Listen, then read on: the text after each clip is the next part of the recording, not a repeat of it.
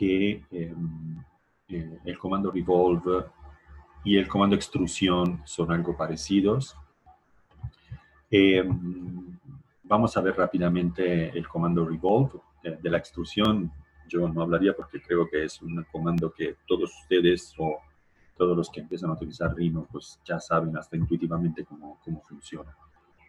El revolve tiene un poco de chiste más, porque ¿cómo funciona? Pues el revolve es una superficie que toma un perfil y lo hace girar alrededor de un eje.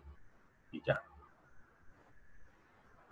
Es un comando que hasta creo que es parte de los comandos históricos del modelado 3D, así como el loft y la extrusión.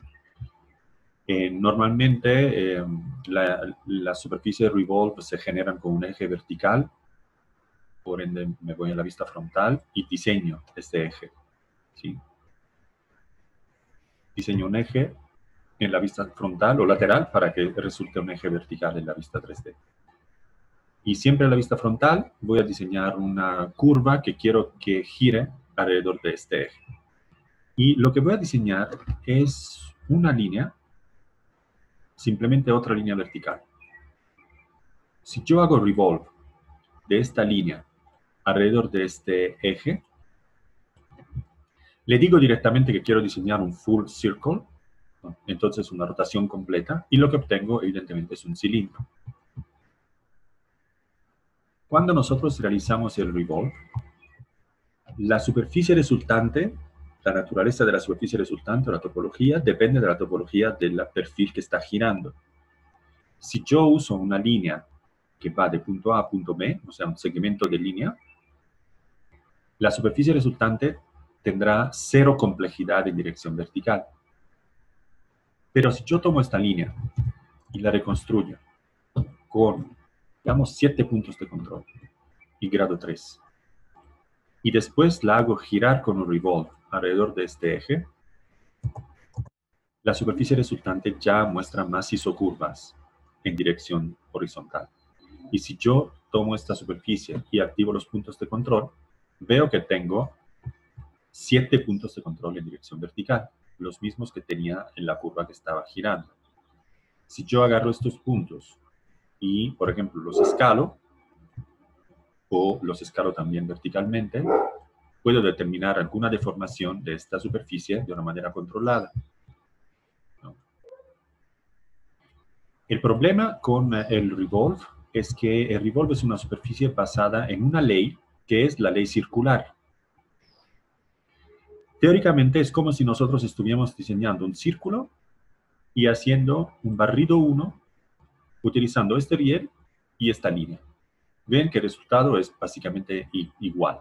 Pero si ustedes se fijan, utilizando un círculo como riel, el resultado no es una superficie, es una polisuperficie. Ven que hay aristas verticales en los cuadrantes del círculo.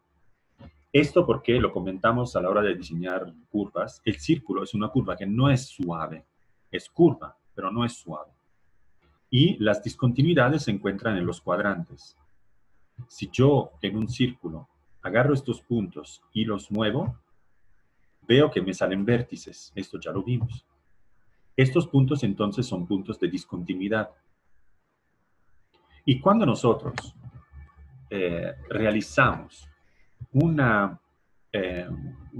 revolve de una línea alrededor de este eje, no salen discontinuidades, digamos, en la superficie con el revolve. Pero si nosotros activamos los puntos de control, vemos que desde el punto de vista topológico seguimos teniendo la misma configuración del círculo.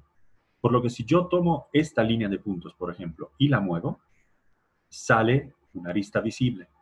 Por lo que, aunque estas líneas no salen como aristas, en el caso del revolve, siguen siendo líneas de discontinuidad. Estas se llaman líneas de nodos, ¿sí?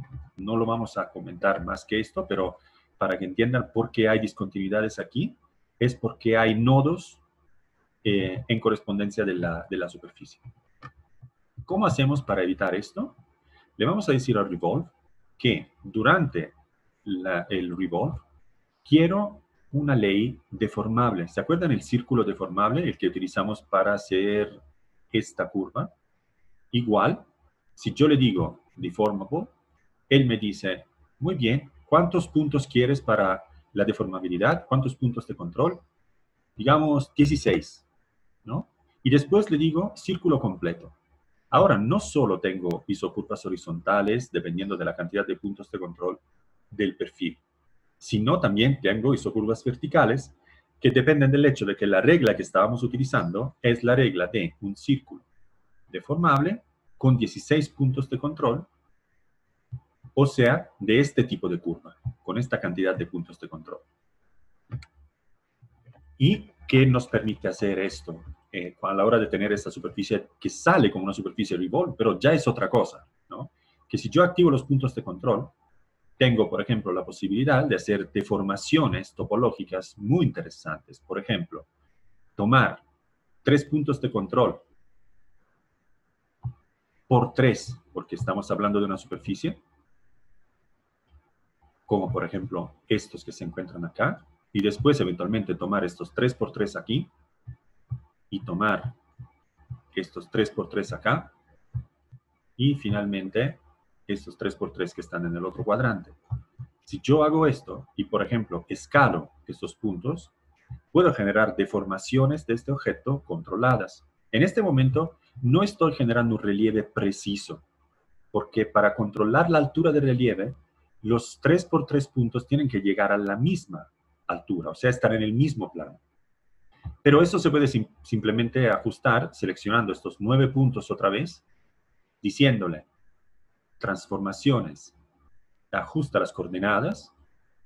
Quiero que todos estos puntos tengan la misma coordenada X del punto central, por ejemplo. Entonces, X las ajusto según este punto central acá. Entonces, ahora están en un plano y por ende la superficie se está levantando hasta la altura o relieve determinado por este punto central. Si lo hago también con estos acá y lo hago también con estos, pero esta vez ajustando la Y, de acuerdo con el punto central, y con estos aquí, misma Y del punto central. Entonces, tengo una superficie decisamente compleja que he generado con una superficie revolve, pero finalmente solo para obtener una topología correcta para hacer este tipo de deformaciones, ¿sí? Ya que todo está listo, ya que yo he cuidado este tipo de situación, yo puedo seguir deformando este objeto o ajustando la deformación.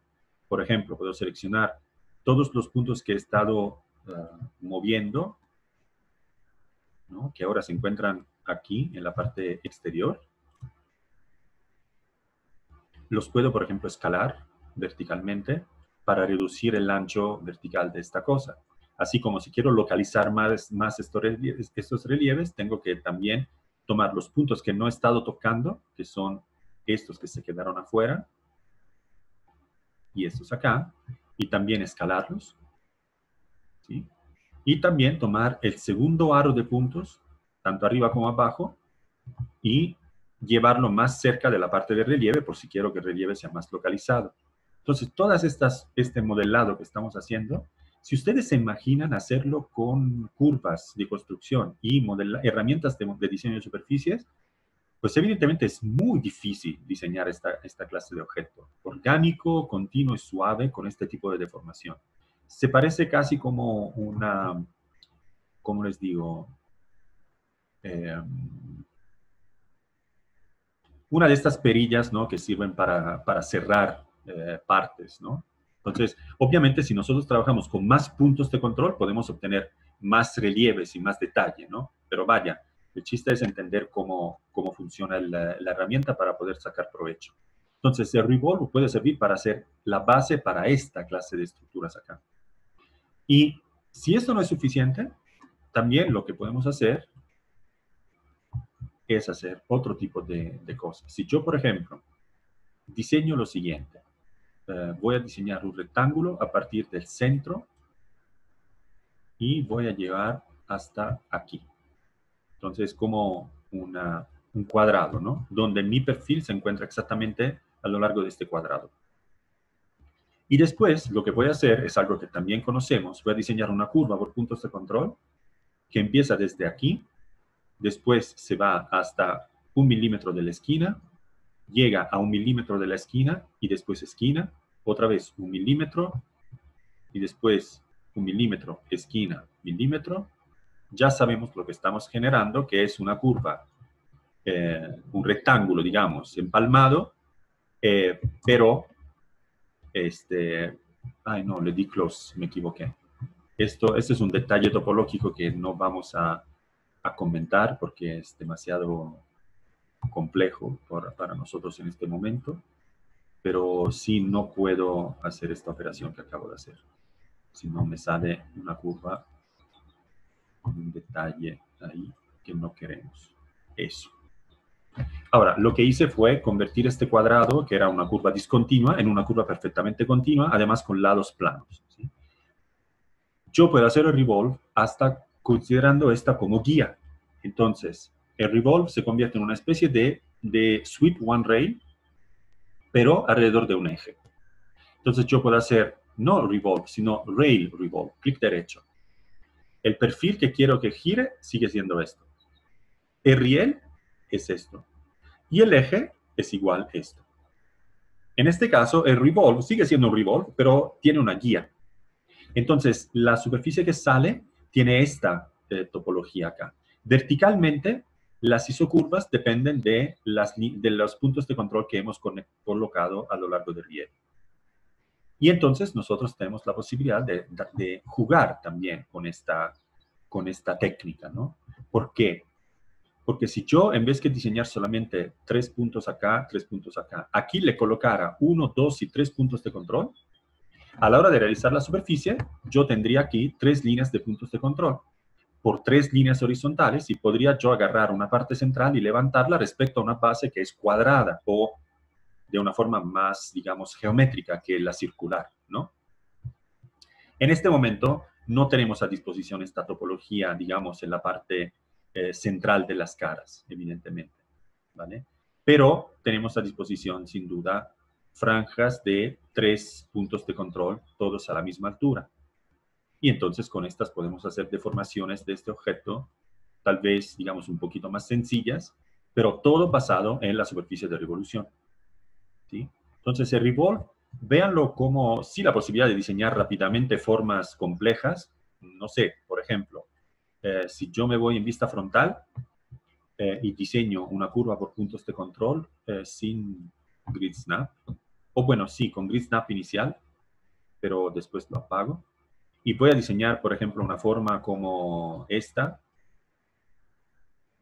sin cuidar demasiado los detalles, pero vaya, justo para empezar a tener un tipo de comportamiento bastante controlado.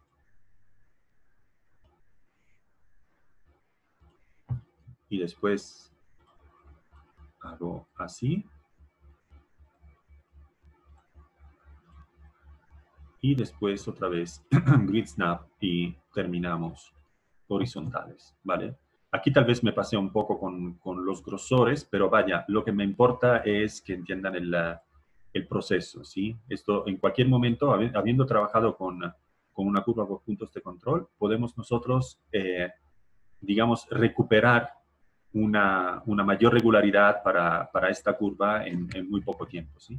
Pero este es un perfil que empieza desde del eje vertical y termina en el eje vertical Z.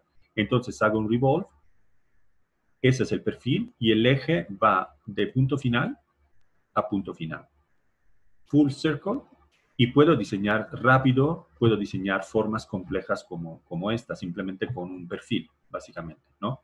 Entonces, es muy poderoso ya de por sí el comando, pero si nosotros queremos, podemos también utilizar la herramienta Revolve para generar la base para después hacer deformaciones, ¿no? Esto es un acercamiento, digamos, híbrido entre un modelado directo de superficies y un modelado por deformación. Y el riel puede ser el riel que queremos. Ahora utilicé una curva como esta, que es una curva suave, pero también podría ser una curva un poquitito más fea, digamos. En general, voy a llevar el riel también, lo voy a llevar afuera y me quedo solamente con estas. Por ejemplo, podría ser un polígono como así. Y el perfil podría ser una curva como una rama de hipérbola. Y entonces diseñar algo como, por ejemplo, una rail revolve de esto sobre este perfil con este eje. Y me sale esta que es una superficie, una polisuperficie de revolve ahora, porque como el riel tiene vértices, la superficie sale discontinua, tiene aristas, ¿no?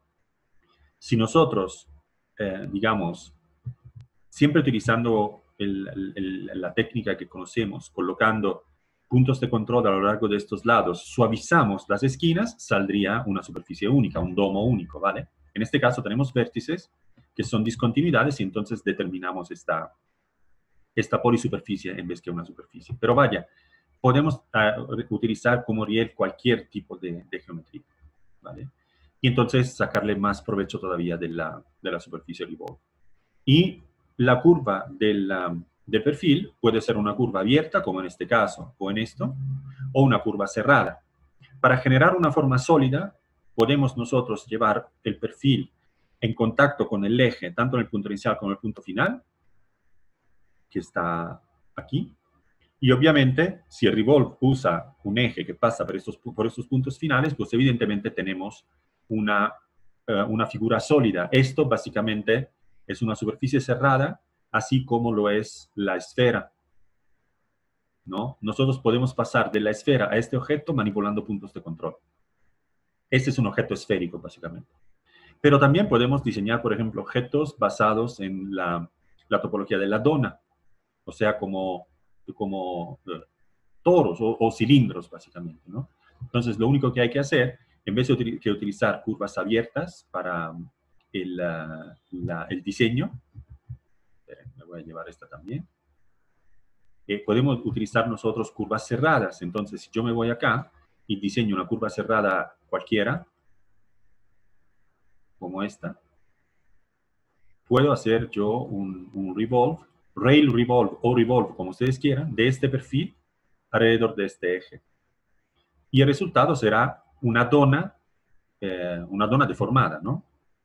Entonces, estamos obteniendo el otro tipo de topología, que es esta, o que es la tubería en general, ¿vale?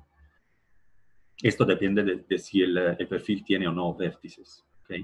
Entonces, podemos diseñar nosotros bases para hacer cualquier tipo de operación topológica después. Esta sigue siendo generada con la opción deformable en sí y con 16 puntos de control, por lo que no tiene la estructura del círculo. Si activamos los puntos de control, tiene un montón de puntos en la dirección circular. Y entonces nosotros los podemos utilizar para hacer lo que ya hemos visto ya varias veces. Si me voy en la vista superior, tengo esta estructura acá, voy a tomar estos puntos, digamos, laterales.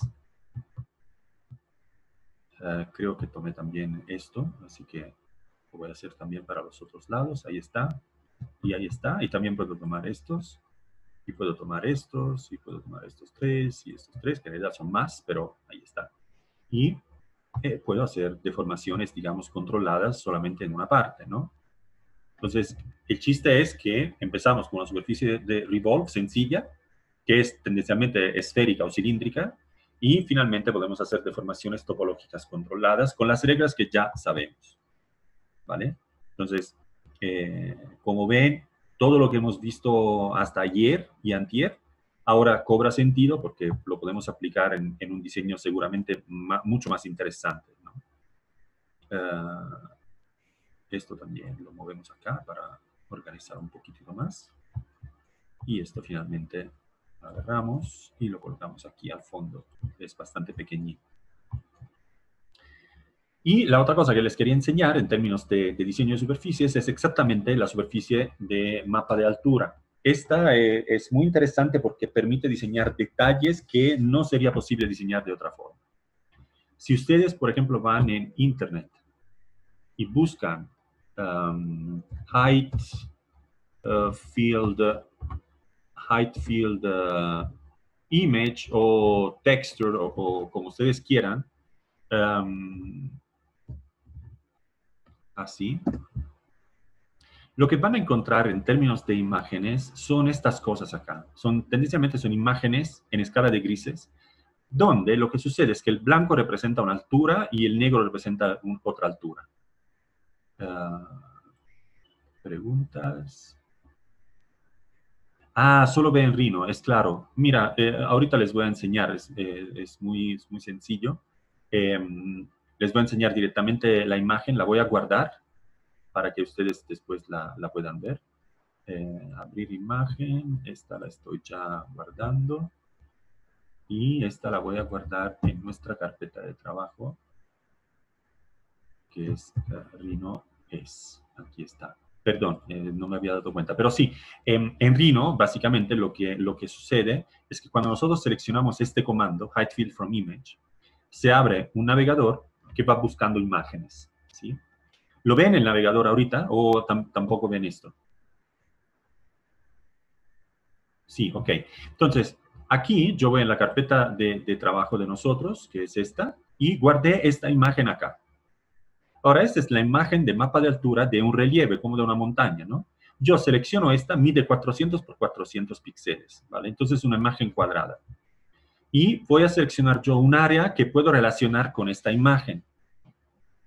Entonces, no sé, puede ser desde 0 a 10, 20, 30, 40. ¿Sí? Y Rhino después me dice, ok, adentro de esta imagen, ¿cuántas muestras quieres tomar? Y yo le digo un valor, esto de 200 por 200 creo que es un valor ya extremadamente alto. De hecho, debería salir un warning en el momento en que yo confirmo este comando, pero por ahora lo dejo así. Lo más alto es este valor, o estos valores aquí. Lo más detallada será la representación de la superficie. Y si esta superficie tendrá un ancho y una profundidad de 40 por 40, también la altura debería ser calibrada respecto a esto. Yo le voy a dar, no sé, unos 20 para exagerar o unos 15. Y le voy a decir que quiero generar una superficie con los puntos de control a la altura de las muestras que estamos tomando. ¿Qué sucederá ahora? Que Rhino tomará 200 por 200 muestras sobre la imagen. Y a cada muestra, o sea, a cada punto le corresponderá un nivel de brillo. Si el brillo es más hacia el blanco, el punto correspondiente se colocará a una altura. Si el brillo es más hacia el negro, el punto correspondiente será colocado más hacia el piso. Entonces yo le doy OK. Rhino me dice, oye, estás creando una superficie con más de 10.000 puntos de control. ¿Podría crasharte la compu? ¿Quieres guardar el modelo antes de proceder? No, confío que lo va a hacer. Y esperamos un ratito. Vean cómo está creando la mesh, que también es otra operación que necesita tiempo para realizarse. Si yo este trabajo lo hago en modalidad wireframe, me ahorro, por ejemplo, el paso de creación de la malla. Y aquí está el objeto. Ahora, este objeto es extremadamente complejo, ¿están de acuerdo? La cantidad de muestra que yo tomé me permite tener un detalle muy fino sobre la variación, digamos, que yo tengo en la altura de la montaña, ¿no? Si yo hubiera seleccionado menos que 200 por 200 puntos, seguramente eh, eh, todos estos detallitos que vemos acá no estarían saliendo, ¿no? Ahora, ¿cómo se diseña esta superficie si no con una superficie de mapa de altura? Pues simplemente no se diseña. Esta ni siquiera modelado, digamos, topológico o por deformación permite realizar este tipo de detalle. Porque esta superficie tiene en este momento 200 por 200 son 200, 400, 40.000 puntos de control. ¿Sí? Y simplemente ajustar la altura de cada punto de control con una serie de 40.000 es imposible, ¿no? Entonces, la cosa mejor es utilizar un modelado a partir de imagen. Esa es una técnica que se utiliza también en rendering, se llama displacement, básicamente. El negro corresponde a la altura mínima y el blanco corresponde a la altura máxima, ¿no? La altura máxima está determinada durante la ejecución del comando con este valor 15 que yo utilicé. Pero en realidad es un valor que pues, es relativamente importante porque la variación de altura depende del brillo. El rango de altura depende del valor que yo le di en la ventanita que que es la ventana del comando, ¿no? Pero si yo tengo este objeto, lo puedo escalar verticalmente. La variación de brillo sigue determinando el detalle. La escala vertical me da el rango de altura. O lo puedo escalar para reducir esta variación, ¿sí? Entonces, la altura general es algo que se puede ajustar. Lo que no se puede ajustar es el detalle. Eso se decide solamente cuando estamos ejecutando el comando. Y con esto se pueden hacer un montón de cosas, porque ahora estoy trabajando con un mapa de altura de una montaña, pero si yo tengo el mapa de altura de, no sé, un logo o de un detalle orgánico o, por ejemplo, formas naturales como, no sé, hojas alrededor del marco de un cuadro, lo puedo hacer con una superficie de mapa de altura que tal vez sea conveniente, ¿no? Respecto a modelar uno por uno, ¿vale? Obvio que, y esto se reconecta con lo que decíamos hace un rato, miren, el archivo que estoy utilizando ahora mide 5 megas, ¿sí? Con esta superficie, si yo guardo el archivo, 39. Bueno, también creamos otras superficies, pero las otras superficies que creamos son todas sencillas en comparación con esta. La gran diferencia la hace esta. Entonces, la densidad de isocurvas que corresponde a la densidad de puntos de control. Si yo activo los puntos de control de este objeto, aquí están los puntos de control, ¿sí? La topología afecta el peso del archivo, sobre todo, ¿sí? Y la manejabilidad del archivo. Si yo agarro esta y la borro y vuelvo a guardar el archivo, 11 megas. Entonces, 28 megas solamente para este cuadradito de montaña, ¿vale? Esto porque tiene esta resolución tan alta. Entonces, ojo, de todas maneras, cuando trabajan con esta clase de herramienta, porque el archivo se vuelve muy, muy, muy pesado. No hagan un uso, digamos, difuso de esta herramienta, porque digamos que puede servir también para hacer otras cosas. O sea, con la misma herramienta yo puedo realizar, por ejemplo, esta variación de altura, ¿no? Es suficiente abrir Photoshop, crear una imagen negra y darle una pincelada blanca con un pincel suave, ¿no? Y ya aplicamos la superficie de mapa de altura y obtenemos ese resultado acá, ¿vale? Pero la superficie que sale es mucho más pesada que esta. Mejor tener un control topológico cuando las cosas son sencillas, ¿vale? Y no abusar de comandos que hacen las cosas automáticamente. Un poco como con las deformaciones, ¿vale? Entonces, llegamos finalmente a esta parte de acá. Las cosas principales que se encuentran aquí adentro probablemente son dos, de las que podemos hablar ahorita en una manera, digamos, completa. La primera es la extracción de curvas a partir de superficies que ya existen, y la otra son las proyecciones, ¿vale? Existe también otro comando que es mucho más sencillo que estos, que son las secciones, que básicamente son section y contour. Por ejemplo, si yo recupero esta forma, que es muy compleja, ¿no? En su altura original, y quiero realizar, por ejemplo, si yo soy arquitecto y necesito las curvas de nivel de este terreno, puedo irme a la vista frontal, selecciono este objeto, le digo contour. El punto base del contour será el punto, no sé, 0, porque de ahí empieza mi objeto. La dirección perpendicular a los cortes será la dirección vertical. Y la separación que quiero entre corte y corte será, si esto es 1 de altura, yo le voy a decir, no sé, 0.2 para tener 5 curvas por cada unidad del modelo.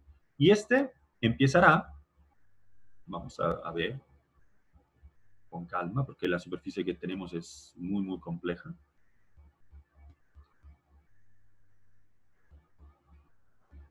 De hecho, creo que tenía también alguna irregularidad, porque veo que en algunos puntos la superficie baja respecto al plano XY.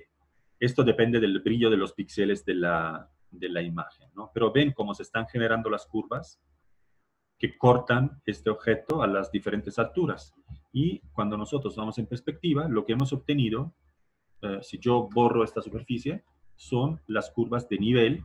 La parte plana genera estas intersecciones, digamos, aleatorias, porque la intersección de más o menos un plano con un plano, pues en el límite de tolerancia que estamos considerando, no genera una intersección perfecta. Pero con esto tenemos una representación con curvas de nivel o con contour de los relieves de este terreno. Entonces, el contour es una herramienta bastante interesante, permite hacer muchas cosas, de hecho. Esta es una de las aplicaciones, pero también no voy a mantener esta geometría porque es muy, muy, muy pesada, obviamente. Pero también el contour permite hacer otras cosas, como por ejemplo, no sé, a partir de objetos que ya hemos creado, no sé, como por ejemplo algo complejo como esto, ¿no?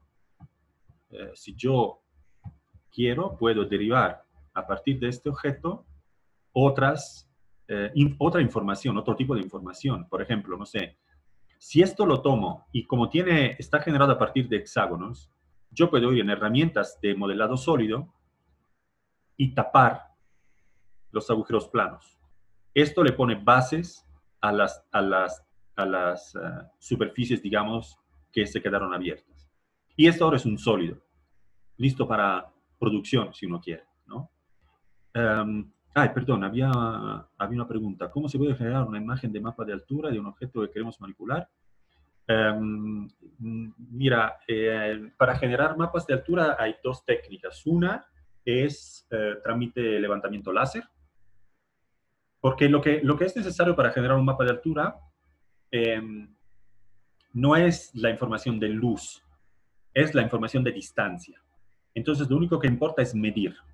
Y normalmente esto se hace o con una medición láser, que es suficientemente precisa, o básicamente con técnicas de triangulación, pero lo más fácil es con técnicas de levantamiento láser. Si uno quiere un mapa de altura, lo puede hacer también artificialmente, o sea, hay técnicas de rendering, también en V-Ray, por ejemplo, en las que tú tienes el modelo 3D ya listo, pero en este caso, o sea, es un poco ridículo, porque uno debe realizar primero el modelo 3D, para sacar después el mapa de altura, para poderlo después aplicar como imagen para el desplazamiento de la superficie final. Entonces, ya que tienes el modelo 3D, ya lo tienes, ¿no? ¿Estás de acuerdo? Pero sí se puede hacer porque hay una técnica de rendering que no está basada en la luminosidad o en la luz, sino solamente en la distancia entre el objeto y el punto de vista. Pero se necesitan herramientas particulares, no es simplemente, no se puede hacer con técnicas fotográficas, digamos, sencillas. Entonces, no es algo que puedes hacer, digamos, solito. A menos que no compres la herramienta necesaria. Normalmente son herramientas basadas o en láser o en técnicas de composición fotográfica, ¿sí? Que son capaces de, con varias tomas, reconocer cuál es la distancia y la distribución geométrica de los puntos de un objeto.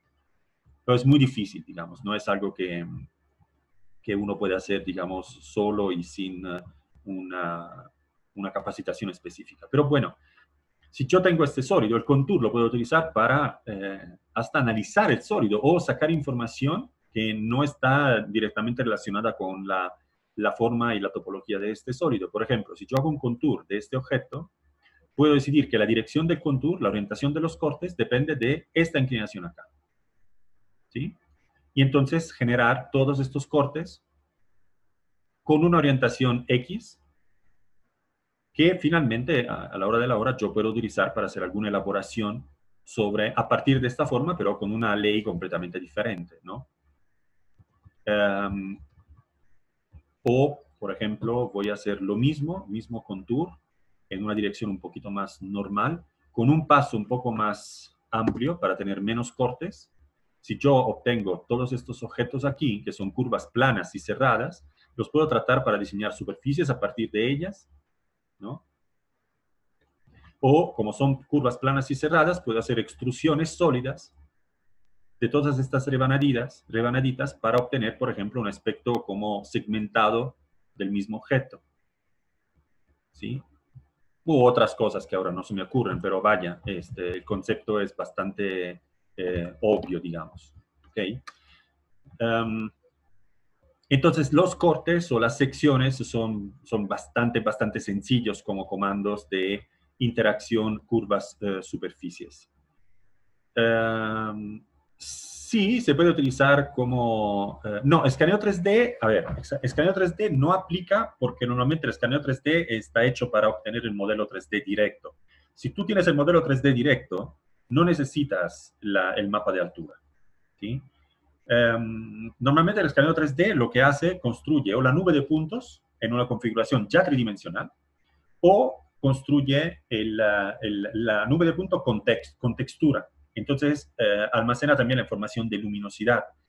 Obviamente, como es un escaneo 3D, también tiene la información de distancia, pero es una elaboración diferente. Normalmente, el escaneo 3D se usa para obtener la nube de puntos y el color, pero sí, seguramente puedes extrapolar también la información de distancia. Entonces, es una aplicación particular del escaneo 3D. Tal vez en el software de gestión del escáner 3D sí puede haber una función de este tipo. ¿Y el contour sirve para producción por planos seriados? Básicamente sí. Obviamente el paso que le das al contour debe corresponder con el grosor del material que quieres utilizar en fase de corte. Sí. Los comandos, pero un poquito más interesantes, pues no es tanto el contour o los cortes, cuanto las proyecciones. Ahora, hay dos proyecciones. Proyección de curva y jalar curvas. La diferencia se ve ya en los iconos, pero la vamos a explicar de esta manera. Sí, voy a reproducir estos iconos en el plano, ¿vale? Entonces, la superficie de abajo es curva. Es así. Y lo que estoy proyectando es un círculo, ¿vale? Y el círculo, si lo vemos de lado, pues es una línea, ¿no? Entonces, ¿qué sucede con la proyección? En el caso de la proyección, la dirección de proyección es fija, es un eje. Entonces, si yo tomo como dirección de proyección el eje vertical, ¿no? Lo que sucede es que los puntos de esta curva se proyectan según esta dirección hasta, digamos, chocar en contra de la superficie. Entonces, la proyección de este círculo sobre esta superficie será un tramo incluido entre estas dos líneas. El pull, en vez, jala objetos sobre la superficie. La dirección de proyección depende de la superficie. Y lo que sucede es que cada punto del objeto que estamos atrayendo sobre la superficie se proyecta perpendicularmente a la superficie misma. Entonces, en el caso del pull, la proyección de este objeto sobre esta superficie será incluida entre esta y esta línea. ¿Vale? Entonces, el pull normalmente produce una deformación que depende de la curvatura de la superficie. ¿Sí? El project produce una deformación que depende de la forma de la superficie. Pero la dirección de proyección es la misma. Si lo vamos a ver en 3D, este fenómeno, lo que puedo diseñar es un plano rectangular deformable donde tengo 4 puntos de control en U y tengo 2 puntos de control en... en B yo quiero que esté de grado 1. No me deja. Bueno, da igual, lo dejo de 3 y voy a utilizar solamente una dirección de deformación. Voy a tomar estos y los voy a jalar hacia abajo. ¿Sí? Entonces tengo exactamente esta situación. Y arriba de esto voy a colocar un círculo. Así. Acá. Entonces, estamos en vista perspectiva, ¿vale? Entonces, cuando yo le digo proyectar, el eje de proyección es el eje vertical de esta vista, o sea, Z. Cuando yo digo proyectar, entonces, este círculo será proyectado verticalmente sobre esta superficie, ¿vale? Si yo le digo, la curva que quiero proyectar es esta, y la superficie que recibe es esta otra. Obtengo esta proyección ligeramente curva, porque la superficie es curva. Si veo todo esto desde arriba, no veo ninguna diferencia entre las dos curvas. Una es la curva original y una es la proyectada, ¿vale? ¿Qué sucede si yo tengo este círculo y esta superficie y voy en la vista frontal? En la vista frontal, ¿cuál es el eje vertical? Pues el plano horizontal es XY, es esto. El eje vertical viene hacia nosotros. Si yo trato de proyectar esta curva sobre esta superficie, Rhino me dice, la proyección no encuentra los objetos seleccionados. O sea, proyectar esto en dirección Z de esta vista, evidentemente no intercepta la superficie. ¿Vale? Ojalá y sea claro esto, porque la proyección depende del eje vertical a la vista activa. Entonces, la misma proyección yo la puedo hacer en la vista superior. Aquí sí, porque el eje Z, pues evidentemente coincide con el eje Z mundial, ¿no? Es la vista superior. Entonces, aquí sí lo puedo hacer. Proyectar esta sobre esta y obtengo el mismo resultado, como si lo hubiera hecho en la vista perspectiva.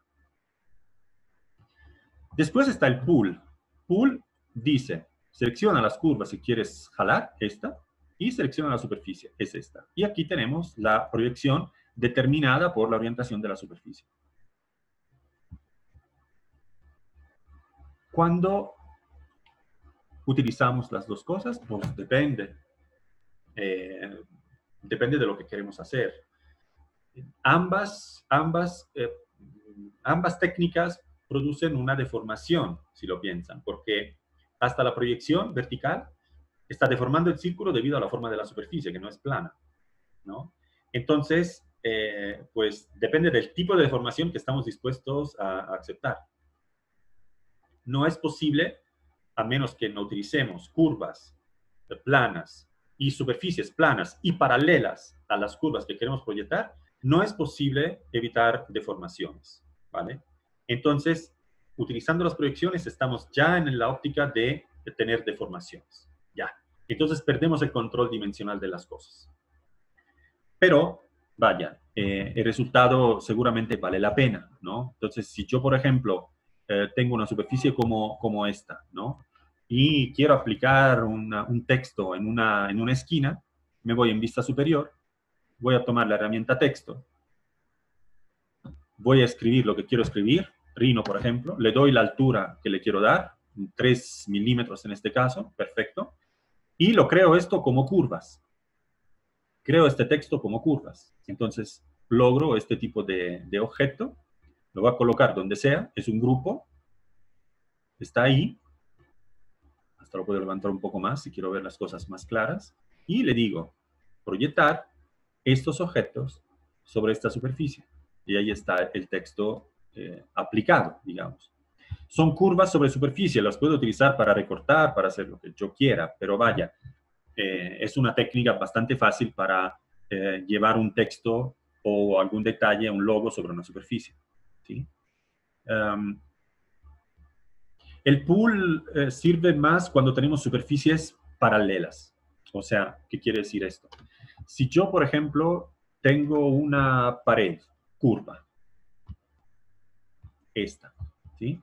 Y sobre esta pared quiero diseñar una ventana, así, rectangular. Entonces, ¿qué hago? Pues primero tengo que proyectar este objeto sobre esta superficie. Esta vez no puedo proyectar en la vista perspectiva, porque si no, esta curva es disparada hacia abajo. Se proyecta así y nunca va a encontrar la superficie. Se tiene que proyectar en Y, ¿no? Y entonces me voy en vista frontal. Y proyecto esta sobre esta superficie. Y tengo esta. Ahora, esta pared tendrá un grosor. Y entonces yo voy y hago offset de superficie. Me voy del otro lado, no me voy hacia afuera, me voy hacia dentro. Entonces le digo flip all, invertir el sentido del offset. Y no quiero generar un sólido, quiero mantener las superficies separadas. Y le doy el grosor que quiero para esta pared. Le voy a dar como unos 3, ¿vale? Y obtengo este objeto, ¿vale? Ahora, yo quiero reportar este marco en la pared interna, en la superficie interna de este muro, ¿no? ¿Cómo hago? No voy a tomar esto y lo proyecto nuevamente respecto a la superficie que está detrás. Porque si hago esto, yo creo una ventana que mira exclusivamente hacia el frente, ¿no? Yo quiero que la ventana esté, digamos, orientada según el espesor de este muro. Y entonces, en este caso, no puedo utilizar la proyección, utilizaré el pull. Voy a jalar esta línea sobre esta pared. Y como los dos muros son paralelos, la dirección de proyección será perpendicular a la otra pared. ¿Sí? Y finalmente yo puedo hacer un trim acá. Con esta otra hago un trim de esta. Y lo único que me falta es construir la superficie lateral. ¿Cómo la construimos la superficie lateral? Esto es un poco una pregunta tricky porque tenemos dos curvas aquí, una y dos. ¿Sí? Me voy a concentrar únicamente en estas dos líneas. Después recuperamos el muro, ¿vale? Si yo tengo estas dos líneas, pues una de las herramientas que puedo utilizar seguramente es el loft. Son dos curvas de sección consecutivas, ¿no? Entonces yo puedo hacer un loft entre ellas, decirle solamente cuál es el punto de costura y cuál es la orientación de las curvas, y ya está todo bien, le doy Enter y obtengo esta superficie. Bueno, polisuperficie porque tiene vértices, ¿no? Otras técnicas, vamos a verla cerca. Pues la otra técnica que yo recomendaría investigar es el Sweep 2. Si yo creo una conexión, una línea de sección transversal como esta, puedo hacer un Sweep 2 utilizando riel, sección. ¿Cuál es la ventaja? Pues la ventaja creo que sea bastante evidente. ¿Sí? Vean la topología de estas superficies, las isocurvas. Esta tiene isocurvas muy regulares solamente a la mitad del desarrollo lineal de estas superficies. Esta tiene una isocurvita acá, una pequeña aquí, ¿no? Esta está desplazada, lo cual quiere decir que estas superficies no son tan regulares. Esta sí. Entonces, en estos casos acá, lo que conviene hacer es un barrido dos carriles. ¿Sí? Entonces, voy a eliminar el loft, voy a recuperar toda la geometría y puedo unir esta superficie con esta polisuperficie, con esta de adentro, para obtener mi pared con la ventana. Un usuario, digamos, que no tenga conocimiento de modelado de superficies, probablemente lo que trataría de hacer sería esto.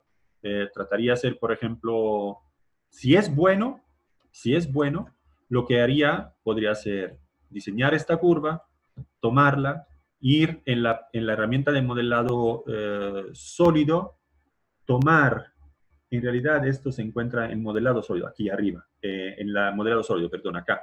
Y en las extrusiones se encuentra un comando que se llama slab.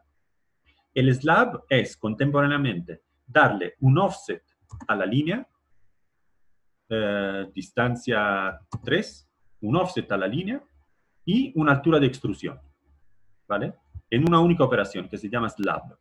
Y ya que tenemos esto, digamos el usuario promedio, lo que podría hacer, si es bueno otra vez, podría diseñar, por ejemplo, una caja orientada perpendicularmente a esta pared, ¿vale?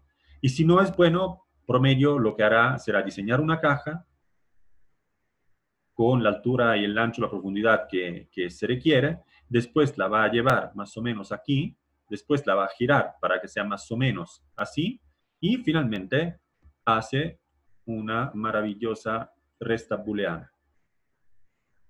Con todos los problemas que conlleva, porque hacer esto quiere decir que las superficies laterales de esta ventana no son perpendiculares a las superficies de la pared, ¿vale? Porque son paralelas entre ellas. Entonces, en términos, digamos, constructivos, probablemente esto es lo ideal, porque tomamos un marco plano y lo colocamos acá.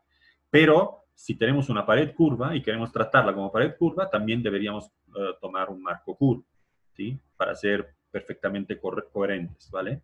Entonces, esto es el método, digamos, con modelado no de superficies, con modelado sólido, ¿vale? Pero esto es decisamente mejor en términos digamos, de control hasta de la estética del resultado. Entonces, las proyecciones, en este caso las utilizamos las dos. Tengo el dibujo 2D, lo uso para generar las proyecciones donde quiero, y si tengo situaciones curvas como esta, paso al pool para llevar el mismo diseño en la otra superficie paralela, ¿vale? Y entonces, finalmente, desde arriba, vemos estas líneas que son divergentes debido a la curvatura de la pared.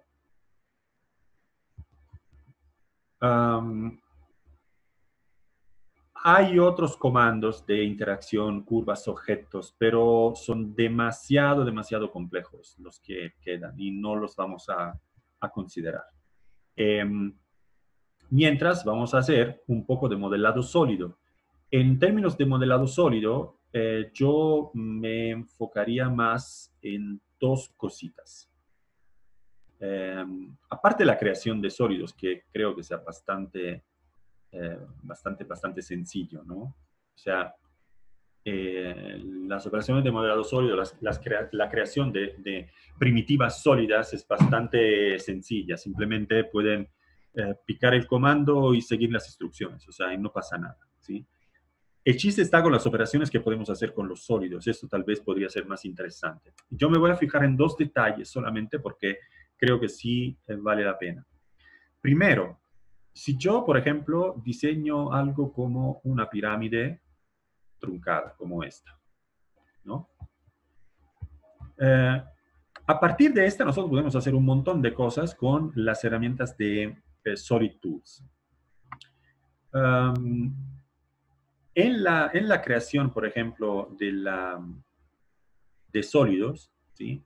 Hay algunas herramientas como, por ejemplo, las extrusiones. Las extrusiones permiten extruir también superficies, ¿no? Yo puedo tomar, por ejemplo, una superficie, una cara de este objeto y extruirla. Automáticamente la dirección de extrusión es perpendicular al plano de la superficie, si la superficie es plana, ¿sí? Entonces yo puedo extruir, por ejemplo, esto, puedo seguir extruyéndola, ¿no? Después puedo extruir esta y generar entonces objetos hasta muy complejos, simplemente basándolos en extrusión. Obviamente, con el modelado sólido, nos olvidamos completamente de formas orgánicas, ¿no? Esto creo que sea bastante claro. Y digamos que este es el maravilloso objeto que yo quería crear. ¿Cuál es el problema de este objeto? Es que es inútilmente complejo.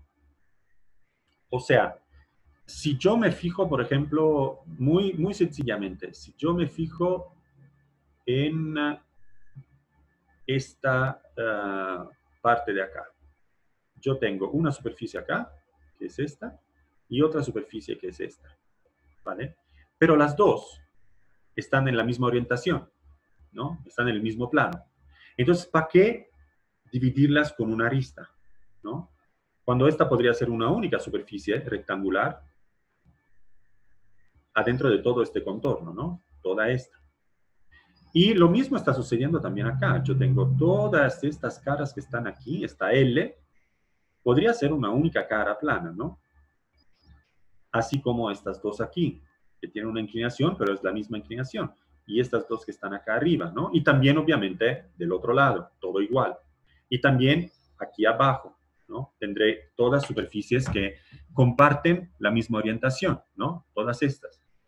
Esto vale la pena simplificarlo, ¿sí?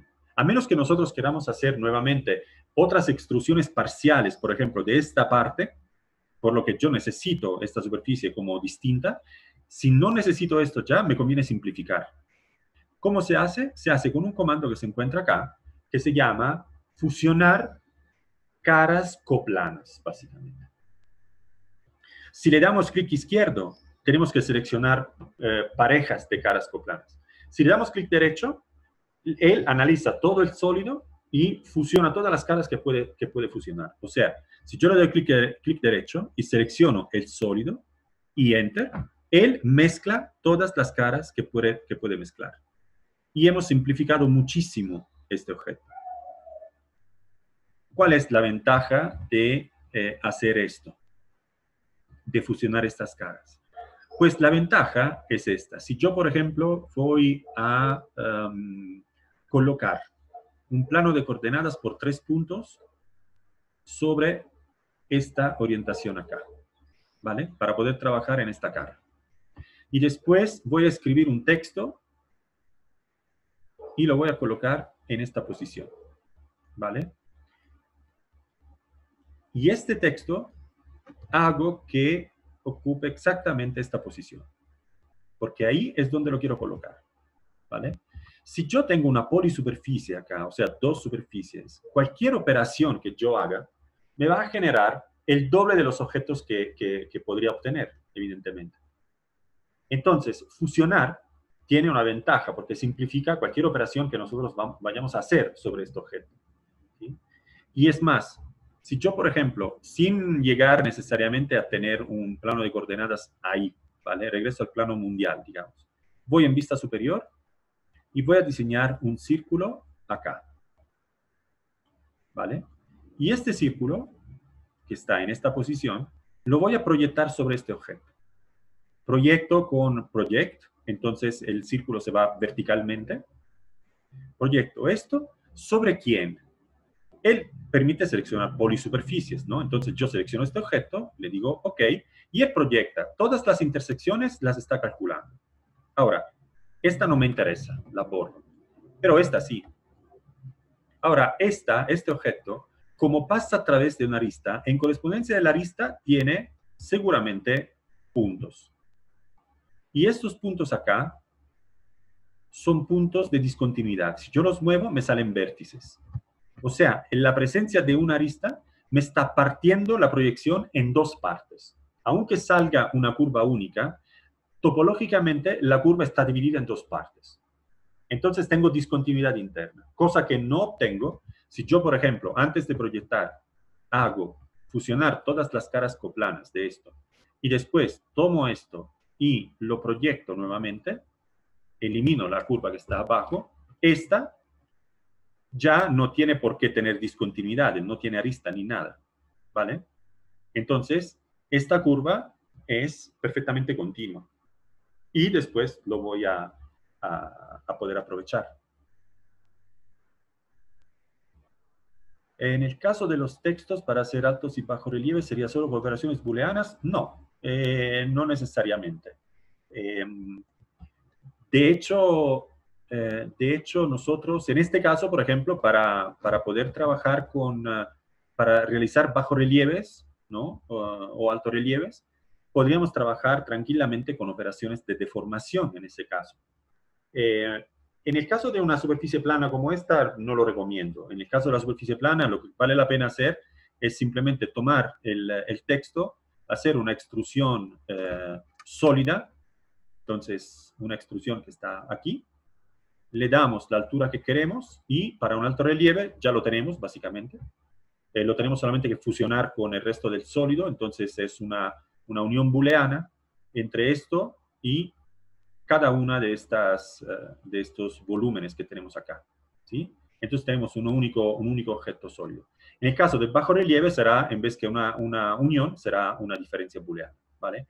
Pero en el caso de superficies más complejas se puede trabajar, por ejemplo, con operaciones de deformación. Ahí sí. Esto porque hoy en día no conocemos otras técnicas que son un poco más avanzadas. Pero para trabajar con deformaciones es precisamente, digamos, sencillo, si queremos. Si yo, por ejemplo, digamos que quiero aplicar un texto, ¿dónde lo vamos a aplicar? Bueno, hagamos las cosas sencillas porque si no nos vamos a meter en líos que son muy, muy exagerados. Pero bueno, si yo, por ejemplo, tengo una pared cilíndrica, como esta, ¿no? Me interesa únicamente la pared lateral, no me interesan los lados, ¿sí? Entonces, si quiero aplicar un texto sobre esta, lo que me conviene hacer es utilizar un flow along surface. Y el flow along surface lo que dice es, pues, dame una superficie base, que en nuestro caso podría ser simplemente un rectángulo, porque el desarrollo plano de la pared cilíndrica es un rectángulo, y podemos colocar nosotros el texto directamente, crearlo como sólido, ¿sí? Con la altura deseada, la que sea, y en la posición que queremos. Ay, creo que tal vez me pasé un poco con la altura. Lo voy a escalar en una sola dimensión, como así. Eso, mucho mejor. Ahora, por ejemplo, en este caso, si yo quiero hacer el flow, puedo hacer, por ejemplo, fluir. Los objetos que quiero fluir son estos. La superficie base será seleccionarla cerca de una esquina, será acá, y la superficie target será esquina correspondiente, será acá. Y entonces aquí tengo el texto reportado sobre la superficie 3D. Aquí no puedo evitar esta deformación. Miren qué tan complejo se ha vuelto el texto, ¿no? En términos de isocurvas, ¿vale? Esto no lo puedo evitar porque yo estoy tomando un texto que es perfectamente vertical y lo estoy deformando para que sea curvo y adaptado a esta pared cilíndrica. Entonces, esta complejidad no la puedo evitar con esta técnica, ¿vale? La podría evitar yo con otras técnicas, y es por eso que el modelado topológico es muy importante. Pero digamos que esto es ya más que suficiente. Si yo vuelvo a tapar este objeto con un cap, puedo volver a unir booleanamente esto con todos estos y obtener... en este caso, por ejemplo, dice, unión booleana no se puede generar. Ahora, eso es interesante. ¿Por qué no se puede generar la unión booleana? Porque la deformación automática obtenida con el flow, ¿sí? Hace una deformación de este texto tratando de aproximar, digamos, la deformación a la forma de la superficie que recibe, ¿no? Pero siempre todo esto sucede con una tolerancia, ¿sí? Ahora, en el caso de las operaciones booleanas, primero acuérdense que Rhino como modelador sólido no es tan bueno. Entonces, el motor de modelado sólido que tiene Rhino no permite hacer cosas muy específicas. En este caso, tenemos objetos que están idealmente apoyados sobre la superficie según una geometría curva. Entonces, se trata de una situación extremadamente compleja desde el punto de vista geométrico, ¿sí? Dos superficies perfectamente tangentes. Imagínense, desde el punto de vista geométrico es casi ideal como situación. Y entonces el motor de cálculo de Rhino no permite resolver este tipo de situación. ¿Cómo la resolvemos? Pues la única manera que tenemos para resolverla es hacer un trick donde tomamos este objeto y lo vamos a hundir un poquitito así. Obvio, podemos compensar esto con una altura para obtener una altura perfectamente controlada, ¿eh?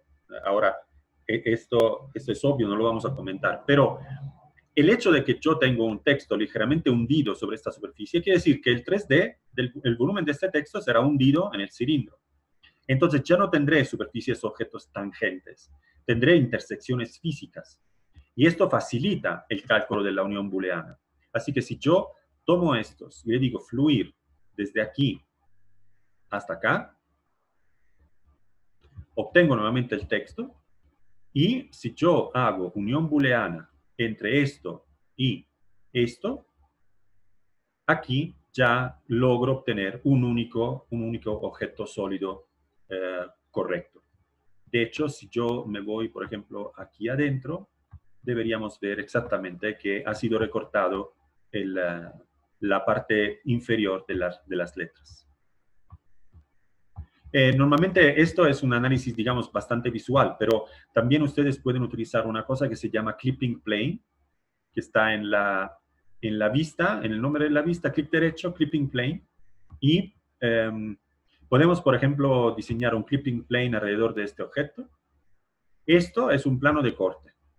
Si yo lo muevo, realizo una sección donde puedo observar, por ejemplo, si los objetos están fusionados o no. Y el clipping plane es un objeto que yo puedo también girar como yo quiero. O sea, quiero hacer un corte vertical, giro el clipping plane y después lo voy moviendo como yo quiero. Entonces, averiguo que efectivamente haya una fusión entre esos objetos. Cuando veo que el naranja fluye, entonces quiere decir que los objetos están fusionando. No están simplemente hundidos, ¿vale? Ahora aquí estoy cortando todo el mundo, como pueden ver, pero vaya, es una herramienta útil para hacer análisis. La borramos cuando ya no queremos hacer este tipo de análisis. ¿Es claro? Entonces, esto, por ejemplo, de optimizar, digamos, ese objeto es un sólido, ¿sí?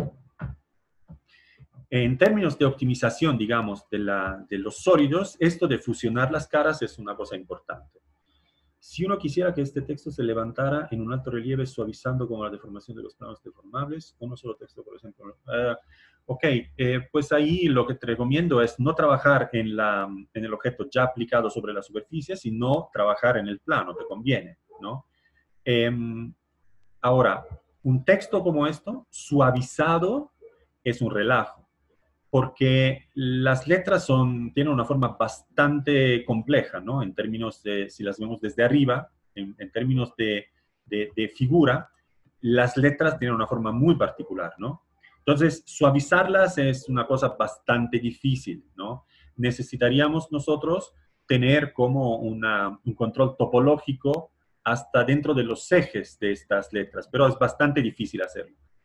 Una cosa que seguramente se puede hacer más fácilmente es empalmar las esquinas con las aristas con un fillet. Eso sí se puede hacer.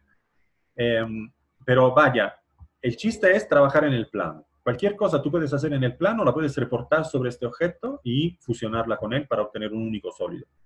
Así que, no sé, si yo tomo, por ejemplo, esto, que era una superficie que empezaba en cero y moría en cero en cualquier dirección, y la quiero aplicar sobre esta superficie, la voy a colocar más o menos en el centro de este rectángulo y le voy a decir, o es más, yo puedo hasta hacer que todo este objeto se aplique sobre toda la superficie del cilindro, ¿sí? ¿Cómo hago? Pues esto lo puedo, por ejemplo, lo muevo para que su vértice corresponda con esto, y después lo escalo 1D para llevar su longitud a corresponder a la longitud de este rectángulo y su altura también a esta, ¿sí? Entonces, ¿ahora qué hago? Le digo fluir este objeto orgánico a partir de la superficie base que está aquí abajo sobre la superficie target que está acá, que es esta. Y entonces tengo esta deformación que empieza en cero, gira, gira, gira, cambia de altura, obviamente, y muere en cero otra vez, ¿vale? De hecho, yo obtengo una nueva pared cilíndrica totalmente nueva respecto a la pared cilíndrica original. Pero el chiste es que si esta la vemos renderizada, pues aquí no observamos ninguna variación porque la superficie empezaba de cero y tangente horizontalmente. Entonces, este crecimiento es progresivo y no tenemos ninguna arista visible sobre esta superficie. ¿Vale? Y si nosotros controlamos la altura de esto en el plano, también la estamos controlando respecto a la pared cilíndrica. Entonces, el levantamiento, el alto relieve, llega exactamente a la altura que hemos controlado aquí en la configuración plana. Entonces, tú puedes aplicar lo que sea. Lo importante es poderlo diseñar en el plano. ¿Ok?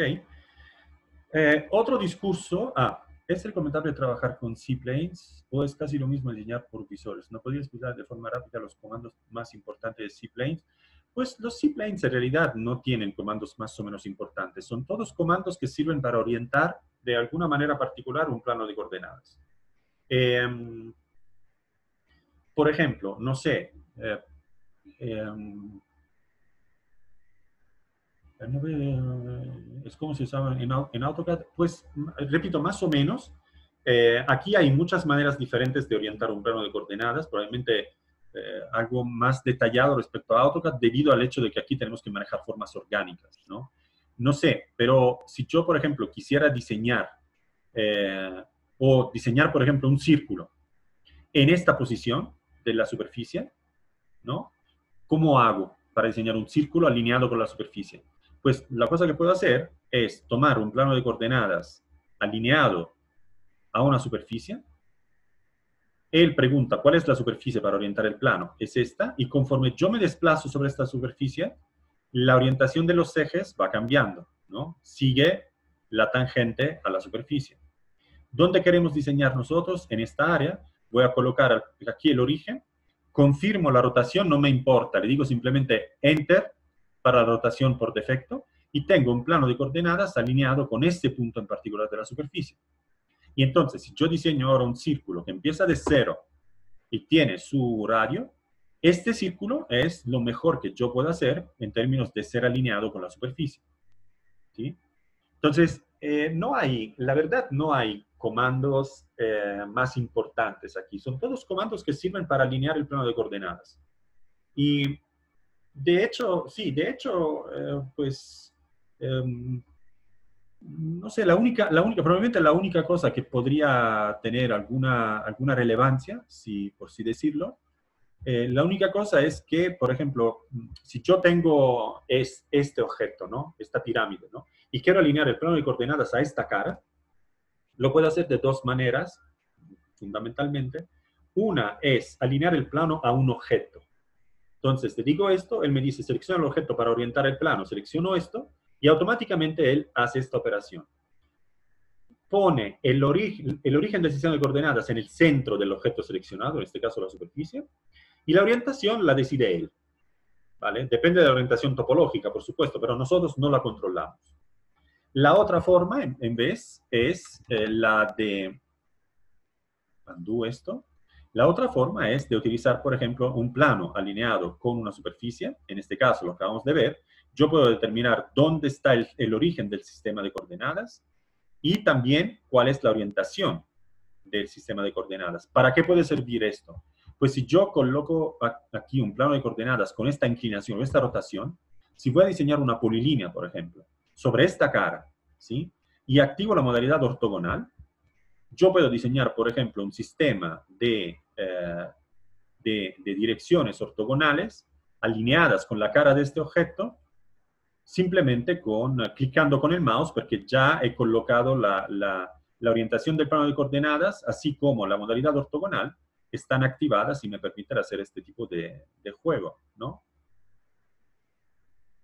Entonces, esto probablemente me permite un control un poquitito mayor, esto de alinear con una superficie.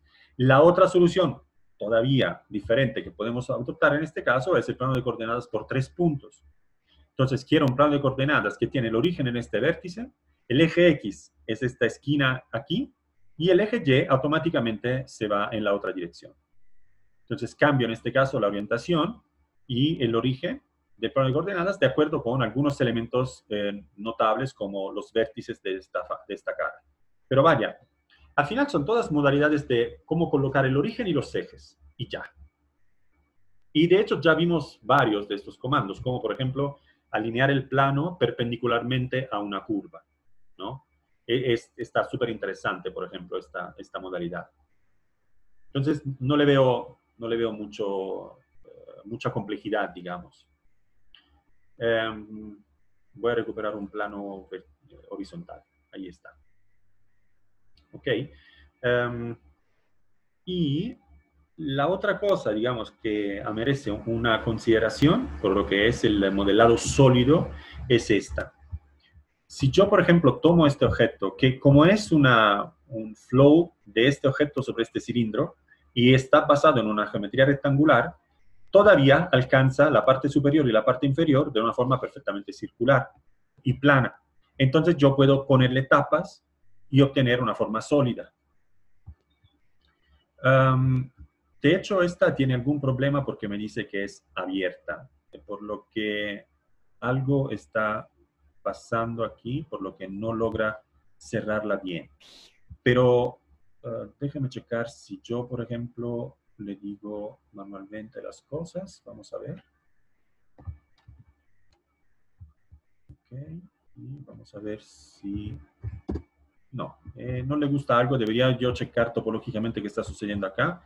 Me hubiera gustado, pero no va a ser posible. Entonces, digamos que vamos a trabajar con alguna forma que ya tenemos. Podría ser, por ejemplo, esta. Ya podría ser esta. O esta, tal vez. Esta, mejor. Más fácil. Para no crear cosas demasiado complicadas. Entonces, la escalo y cap. Y obtengo un sólido, ¿vale? Ahora, quiero vaciar este sólido, que es otra operación muy importante. Y en el modelado sólido existe un comando que se llama shell, como crear una cáscara, ¿no? Esto es el significado. Y shell me dice, ok, tú tienes el sólido, ¿cuál es la cara o las caras que quieres eliminar de este sólido? Y digamos que quiero generar como una especie de maceta, ¿no? De florero. Entonces quiero eliminar la parte superior. Y él me dice, ok, si eliminamos esta, ¿qué grosor le vamos a dar a todas las demás? ¿No? Porque eso se convierte, será siempre un sólido resultado, pero le quiere dar un espesor a estas paredes que quedan. Y por ahora el valor es 1. ¿Sí? Yo lo hago con esto y después veremos. Es más, esto lo voy a copiar y después vamos a hacer shell. Shell con grosor 1 eliminando esta superficie. Resultado, obtenemos este objeto. Ahora, este objeto sigue siendo una polisuperficie cerrada, o sea, un sólido. Yo esto lo puedo producir. Tiene un grosor constante de 1, tanto en la parte lateral como en la base. Esto podría ser tal vez algo que no queremos, o sea, tal vez la base queremos que tenga un grosor superior. Esto se puede corregir fácilmente. Podemos ir en la vista frontal, bueno, lateral, eso. Y quiero darle más grosor a la parte inferior. Entonces, tomo este objeto, creo una superficie plana que se llama cutting plane, no clipping plane, cutting plane en este caso, y le digo que quiero que el cutting plane esté a esta altura acá. ¿Sí? Eso es un plano horizontal que abarca exactamente todo el volumen del objeto seleccionado. ¿Sí? Se puede utilizar como plano de corte. Así que yo puedo decirle, con esto me recortas esta parte de adentro y lo borro también, este plano, no me sirve. En este momento, este objeto ya no es un sólido porque le falta la tapa interna inferior. De hecho, si lo veo con un clipping plane, directamente vertical, este clipping plane, lo voy a diseñar que pase a través de este objeto. Veo que eso es lo que obtengo. Me falta la tapa inferior. Pero eso es un sólido al que le falta una tapa plana. Entonces, otra vez le digo cap. Ahora tengo un sólido nuevamente, ¿no? Y entonces tiene su corte, es perfectamente continuo y está, digamos, contenido en un contorno cerrado, ¿vale? Entonces es un sólido. Y lo puedo ver a cualquier nivel. Yo veo que esta es la forma del objeto que estoy obteniendo, ¿vale? Ahora, entonces eso se puede recuperar fácil. Vamos a ver cuál es el problema que podemos obtener con el shell, ¿sí? Ahora, si ustedes se fijan, la superficie de adentro es mucho más compleja que la superficie de afuera, ¿sí? Esta tiene pocas isocurvas y esta tiene muchas. ¿Cómo funciona el shell? El shell toma el sólido, las superficies del sólido, por ejemplo, lo voy a dibujar acá. Si yo tengo este sólido aquí, que tiene más o menos esta forma, el shell lo que hace, toma las superficies una a la vez y hace un offset con una distancia constante. Por eso pregunta cuál es el grosor que queremos mantener. Y lo hace para todas las superficies que quedan, por ejemplo, también la superficie inferior, ¿no? La superficie superior es la que eliminamos, ¿vale? Y cuando haces el offset de esta superficie lateral y de la inferior, pues aquí tendrás una intersección. Entonces, él recorta la parte que sobra y la parte que sobra de cada una de las superficies. Y realiza entonces la pared interna o las paredes internas del sólido, ¿vale? Y recorta la superficie superior utilizando estos grosores acá. Eso es lo que hace. Tratándose de un offset, pueden suceder muchas cosas feas. Por ejemplo, me voy a enfocar en la parte de la base y la voy a agrandar aquí. Si yo tengo una situación perfectamente perpendicular, no hay problema porque el offset se genera así y así. Y entonces recortar es bastante fácil. Pero si yo tengo una situación más extrema, por ejemplo como esta, el offset que se genera acá es un poquito más complejo, ¿no? Y puede que a la hora de querer recortar estas partes, el comando falle. Esto depende sobre todo de un parámetro de los que se utilizan, que es el grosor, el espesor de la pared que queremos utilizar. Con uno hemos visto que funciona bien. Pero ¿qué sucede si yo hago un shell con un grosor de 5, por ejemplo? Con esta misma superficie. Él dice, no puedo hacer el shell de este objeto. No porque este objeto no se puede vaciar. No se puede vaciar con este grosor, porque él no logra calcular el vaciado, básicamente. Entonces, si lo repetimos con 2, ahí sí lo logra. ¿Vale? Entonces, normalmente, lo más grande el grosor, lo más fácil es que el shell falle. acuerdo? Pero es una operación muy interesante esta del shell, porque permite hacer un modelado muy, muy complejo. El comando shell se encuentra en solitudes, donde están las booleanas, que por cierto sí funcionan solamente en un sólido o con sólidos, ¿sí? Al menos las booleanas sólidas. Acuérdense que existen las booleanas entre curvas. Estas funcionan con regiones planas, ¿vale?